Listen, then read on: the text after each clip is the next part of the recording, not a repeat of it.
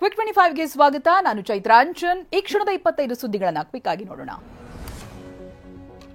ನಾಳೆ ಬೆಂಗಳೂರಿಗೆ ಕೇಂದ್ರ ಸಚಿವ ಅಮಿತ್ ಶಾ ಆಗಮಿಸ್ತಾ ಇದ್ದಾರೆ. ಈ ವೇಳೆ ಅಮಿತ್ ಶಾ ಭೇಟಿಯಾಗುವುದಕ್ಕೆ ಮಾಜಿ ಸಚಿವ ಶ್ರೀರಾಮುಲು ಪ್ಲಾನ್ ಮಾಡಿದ್ದಾರೆ. ತಮಗೆ ಪಕ್ಷದಲ್ಲಿ ಆಗಿರುವಂತಹ ಅವಮಾನದ ಬಗ್ಗೆ ವಿವರಿಸೋದಕ್ಕೆ ಶ್ರೀರಾಮುಲು ಸಿದ್ಧವಾಗಿದ್ದಾರೆ. ಈಗಾಗಲೇ ಅಮಿತ್ ಶಾ ಟೀಮ್ ಜೊತೆ ರಾಮುಲು ಸಂಪರ್ಕದಲ್ಲಿದ್ದಾರೆ. ಬೆಳಂಬೆಳಗ್ಗೆ ರಾಜ್ಯದ ವಿವಿಧೆಡೆ ಲೋಕಾಯುಕ್ತ ದಾಳಿ ನಡೆಸಿದೆ. ಬೆಂಗಳೂರು, ಕಲಬುರಗಿ, ವಿಜಯಪುರ, ಕೋಲಾರ, ದಾವಣಗೆರೆ, ತುಮಕೂರು ಹಾಗೆ ಬಾಗಲಕೋಟೆಯಲ್ಲಿ ರೇಡ್ ಮಾಡಿದ್ದು 8 ಸರ್ಕಾರಿ ಅಧಿಕಾರಿಗಳ ಮನೆ ಕಚೇರಿಗಳಲ್ಲಿ ಪರಿಶೀಲನೆ ನಡೆಸಲಾಗ್ತಾ ಇದೆ. ಪಂಚಾಯತ್ ರಾಜ್ ಇಲಾಖೆ ಅಕೌಂಟೆಂಟ್ ಮಲ್ಲೇಶ್ಗೆ ಲೋಕಾಯುಕ್ತ ಅಧಿಕಾರಿಗಳು ಶಾಕ್ ಕೊಟ್ಟಿದ್ದಾರೆ. ಮಲ್ಲೇಶ್ ದುರ್ಗಾ ಬಾಗಲಕೋಟೆಯ ಕಚೇರಿ, ಬೀಳಗಿ ತಾಲೂಕಿನ ತಳ್ಳಿಕೇರಿ ಮನೆಯಲ್ಲಿ ಪರಿಶೀಲನೆ ನಡೆಸಿದ್ದಾರೆ. ಆದಾಯಕ್ಕಿಂತ ಅಧಿಕ ಆಸ್ತಿ ಗಳಿಕೆ ಆರೋಪ ಹಿನ್ನೆಲೆ ಲೋಕಾಯುಕ್ತ ದಾಳಿ ನಡೆಸಿದೆ. ಕಲಬುರಗಿ ಚೀಫ್ ಇಂಜಿನಿಯರ್ ಜಗನ್ನಾಥ್ ಮನೆಯಲ್ಲಿ 30ಕ್ಕೂ ಹೆಚ್ಚು ಗೋಲ್ಡ್ ಕಾಯಿನ್ ಪತ್ತೆಯಾಗಿದೆ. ಜಗನ್ನಾಥನ ಮನೆಯಲ್ಲಿ ಬಂಗಾರ ನೋಡಿ ಲೋಕಾಯುಕ್ತ ಅಧಿಕಾರಿಗಳು ಶಾಕ್ ಆಗಿದ್ದಾರೆ. ಡೈಮಂಡ್ ರಿಂಗ್ ಸೇರಿ ಅಪಾರ ಪ್ರಮಾಣದ ಚಿನ್ನಾಭರಣ ಸಿಕ್ಕಿದೆ.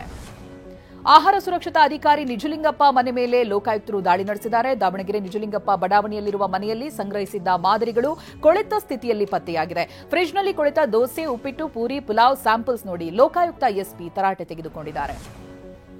ಹಕ್ಕಿ ಜ್ವರ ಭೀತಿ ಹಿನ್ನೆಲೆ ಮೈಸೂರಿನಲ್ಲಿ ಆರೋಗ್ಯಾಧಿಕಾರಿಗಳು ಅಲರ್ಟ್ ಆಗಿದ್ದಾರೆ. ಕೇರಳದಿಂದ ಆಗಮಿಸುವಂತಹ ವಾಹನಗಳು ಹಾಗೆ ಸವಾರರ ಮೇಲೆ ತೀವ್ರ ನಿಗಾ ಇಡುವಂತೆ ಟಿಎಚ್ಒ ಸೂಚಿಸಿದ್ದಾರೆ. ಜೊತೆಗೆ ಮುಂಜಾಗ್ರತಾ ಕ್ರಮ ಕೈಗೊಳ್ಳುವಂತೆ ಎಚ್ಚರಿಸಿದ್ದಾರೆ.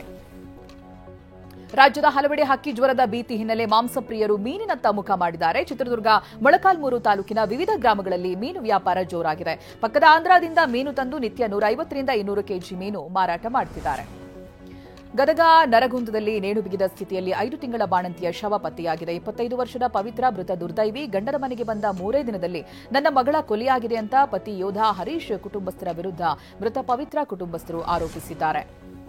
ಬೆಂಗಳೂರಿನಲ್ಲೊಬ್ಬ ಕೂದಲು ಕಳ್ಳ ಪ್ರತ್ಯಕ್ಷನಾಗಿದ್ದಾನೆ. ಸೋಲದೇವನಹಳ್ಳಿ ಪೊಲೀಸ್ ಠಾಣಾ ವ್ಯಾಪ್ತಿಯಲ್ಲಿ ಮೂಟೆ ಮೂಟೆ ಕೂದಲನ್ನ ಬಿಡದೆ ಖತರ್ನಾಕ್ ಕಳ್ಳರು ಹೊತ್ತೊಯ್ದಿದ್ದಾರೆ. ಅಂದಾಜು ಕೋಟ್ಯಾಂತರ ಮೌಲ್ಯದಷ್ಟು ಬೆಲೆ ಬಾಳುವಂತ 27 ಮೂಟೆ ಕೂದಲನ್ನ ಕಳ್ಳ ಕದ್ದೊಯ್ದಿದ್ದಾನೆ. ಕದೀಮರ ಕೃತ್ಯ ಸಿಸಿ ಕ್ಯಾಮೆರಾದಲ್ಲಿ ಸೆರೆಯಾಗಿದೆ. ಕಿರುತೆರೆ ನಟಿ ವಿಸ್ಮಯ ಗೌಡ ವಿರುದ್ಧವಾಗಿ ಎಫ್ಐಆರ್ ದಾಖಲಾಗಿದೆ. 6.5 ಲಕ್ಷ ರೂಪಾಯಿ ಸಾಲ ಪಡೆದು ಹಿಂದಿರುಗಿಸದೆ ವಂಚಿಸಿದ್ದು, ಈ ಸಂಬಂಧ ಹಿಮಾನ್ವಿ ಎಂಬುವರು ದೂರನ್ನ ದಾಖಲಿಸಿದ್ದಾರೆ. ನ್ಯಾಯಾಲಯದ ಆದೇಶದಂತೆ ಬೆಂಗಳೂರಿನ ಬಸವೇಶ್ವರ ನಗರ ಠಾಣೆಯಲ್ಲಿ ಎಫ್ಐಆರ್ ದಾಖಲಾಗಿದೆ.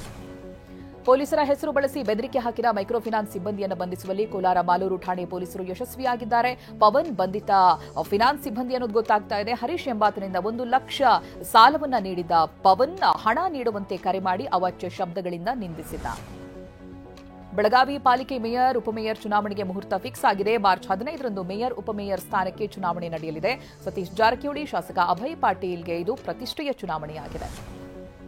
ಕೊಪ್ಪಳದ ಬಲ್ಟೋಡಾ ಫ್ಯಾಕ್ಟರಿ ಕಾಮಗಾರಿ ಸ್ಥಗಿತಕ್ಕೆ ಸಿಎಂ ಸಿದ್ದರಾಮಯ್ಯ ಸೂಚನೆ ಕೊಟ್ಟಿದ್ದಾರೆ. ಆದರೂ ಕೊಪ್ಪಳ ಜಿಲ್ಲಾಧಿಕಾರಿ ನಲೀನ್ ಅತುಲ್ ಫ್ಯಾಕ್ಟರಿ ಏಜೆಂಟ್ರಂತೆ ಕೊಪ್ಪಳ ಡಿಸಿ ವರ್ತಿಸ್ತಾ ಇದ್ದಾರೆ ಎನ್ನುವಂತ ಆರೋಪ ಕೇಳಿ ಬಂದಿತ್ತು. ಸ್ಥಳೀಯರು ಡಿಸಿ ವರ್ಗಾವಣೆಗೆ ಒತ್ತಾಯಿಸಿದ್ದಾರೆ. ಫೆಬ್ರವರಿ 3ರಂದು ಮಂಡ್ಯ ತಾಲೂಕಿನ ಹುಲಿಕೆರೆ ಬಳಿಯ ವಿಸಿ ನಾಲೆಗೆ ಕಾರು ಪಲ್ಟಿಯಾಗಿ 3 ಜಲಸಮಾಧಿಯಾಗಿದ್ರು. ಈ ಬಗ್ಗೆ ಟಿವಿ9 ವಿಸ್ತೃತ ವರದಿ ಬೆನ್ನಲ್ಲೇ ಎಚ್ಚೆತ್ತ ಕಾವೇರಿ ನೀರಾವರಿ ನಿಗಮ 2.5 ಕಿಲೋಮೀಟರ್ ತಡೆಗೋಡೆ ನಿರ್ಮಿಸಿದೆ. ತೊಗರಿ ಕ್ವಿಂಟಾಲ್ಗೆ 12,000 ರೂಪಾಯಿ ಬೆಂಬಲ ಬೆಲೆ ನಿಗದಿಗೆ ಆಗ್ರಹಿಸಿ ಕಲಬುರಗಿ ಡಿಸಿ ಕಚೇರಿ ಮುಂದೆ ರೈತರು ಅಹೋರಾತ್ರಿ ಧರಣಿ ನಡೆಸಿದ್ದಾರೆ. ಎತ್ತುಗಳನ್ನು ತಂದು ಧರಣಿ ಮಾಡ್ತಾ ಇರುವಂತಹ ರೈತರು ನೆಟೆ ರೋಗದಿಂದ ಹಾಳಾದ ತೊಗರಿಗೆ ಪರಿಹಾರ ನೀಡಬೇಕು ಅಂತ ಆಗ್ರಹಿಸಿದ್ದಾರೆ. ತ್ರಿಭಾಷಾ ವಿವಾದ ಬಗ್ಗೆ ಉಪಮುಖ್ಯಮಂತ್ರಿ ಡಿಕೆ ಶಿವಕುಮಾರ್ ಹೈದರಾಬಾದ್ನಲ್ಲಿ ಪ್ರತಿಕ್ರಿಯಿಸಿದ್ದಾರೆ. ಈಗಾಗಲೇ ಕರ್ನಾಟಕ ಸರ್ಕಾರ ತನ್ನ ನಿಲುವನ್ನು ಸ್ಪಷ್ಟಪಡಿಸಿದೆ. ಮೊದಲಿಗೆ ನಮ್ಮ ಭಾಷೆಯನ್ನು ರಕ್ಷಣೆ ಮಾಡಬೇಕಾಗಿದೆ. ಇದು ನಮ್ಮ ಬದ್ಧತೆ ಮತ್ತೆ ಉದ್ದೇಶವಾಗಿದೆ ಅಂತ ತಿಳಿಸಿದ್ದಾರೆ. ತಮಿಳುನಾಡು ಸಚಿವ ಸೆಂಥಿಲ್ ಬಾಲಾಜಿ ಅವರ ಮನೆ ಸೇರಿದಂತೆ 10 ಕಡೆ ಜಾರಿ ನಿರ್ದೇಶನಾಲಯ ದಾಳಿ ನಡೆಸಿದೆ. ಅಕ್ರಮ ಹಣ ವರ್ಗಾವಣೆ ಪ್ರಕರಣಕ್ಕೆ ಸಂಬಂಧಪಟ್ಟ ಹಾಗೆ ಇಡಿ ಅಧಿಕಾರಿಗಳು ಶೋಧ ನಡೆಸ್ತಾ ಇದ್ದಾರೆ. ಸೆಂಥಿಲ್ ಬೆಂಬಲಿಗರ ನಿವಾಸ, ಕಚೇರಿಗಳ ಮೇಲೇನೂ ಕೂಡ ದಾಳಿ ನಡೆಸಿದ್ದಾರೆ. ದೆಹಲಿ ಬಿಜೆಪಿ ಸರ್ಕಾರದ ಮಹತ್ವಾಕಾಂಕ್ಷೆಯ ಮಹಿಳಾ ಸಮೃದ್ಧಿ ಯೋಜನೆಗಿಂದು ಚಾಲನೆ ದೊರೆಯಲಿದೆ. ಅರ್ಹ ಫಲಾನುಭವಿಗಳಿಗೆ ತಿಂಗಳಿಗೆ 2,500 ರೂಪಾಯಿ ನೀಡುವ ಯೋಜನೆಯ ಪೋರ್ಟಲ್ ಬಿಡುಗಡೆ ಮಾಡಲಾಗ್ತಾ ಇದೆ. ಅರ್ಹ ಫಲಾನುಭವಿಗಳಿಗೆ ನೇರವಾಗಿ ಬ್ಯಾಂಕ್ ಖಾತೆಗೆ ಹಣ ಜಮೆಯಾಗಲಿದೆ.